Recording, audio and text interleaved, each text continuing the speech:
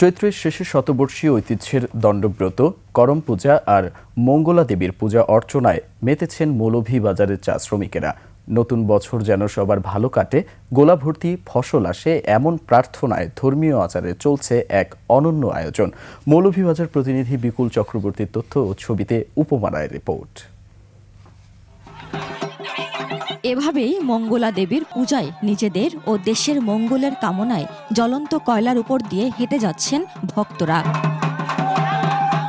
মৌলভীবাজারের শ্রীমঙ্গল রাজঘাট লালটিলা বস্তিতে শত বছর ধরে বংশ পরম্পরায় চলে আসছে এই আয়োজন।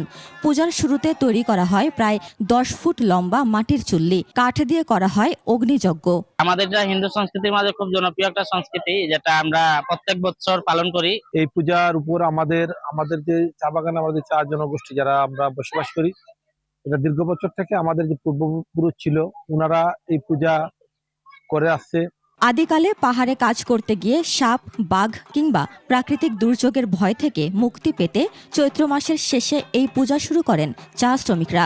সময়ের সাথে তা পরিণত হয়েছে তাদের বিশ্বাস আর সংস্কৃতির অংশে। অনেকের অসুখ বিসুখ রোগ ব্যাধি অনেক কিছু হয়, তারা এখানে আসার পূজাটা করার পর আমাদের গ্রামের অনেক উপকার হয়েছে। যে অগ্নিকুণ্ড করা হয় সেখানে আমরা সবাই মায়ের জন্য প্রার্থনা করে আমরা সেই অগ্নিকুণ্ডে হেঁটে যাচ্ছি, যেমন হে মা মঙ্গলা দেবী আমাদের মনের আশা পূরণ করো। বিশেষ এই আচার অনুযায়ী চুল্লির শুরু ও শেষে রাখা হয় পানি, হলুদ ও দুধের গর্ত।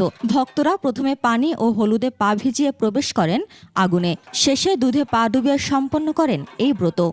সারা বছরের জন্য মা এই সারা বছর গ্রামবাসীর লাগে আস্থা বাগানের লাগে এই পূজা পাশা করা হয়, আর পয়লা বছরে আমরা করি না। গোলাভরা ফসল, সংসারের সচ্ছলতা আর সমাজের ন্যায় প্রতিষ্ঠার আশায় চৈত্রে 13 দিনের কঠোর ব্রত পালন করেন ভক্ত পূজারীরা।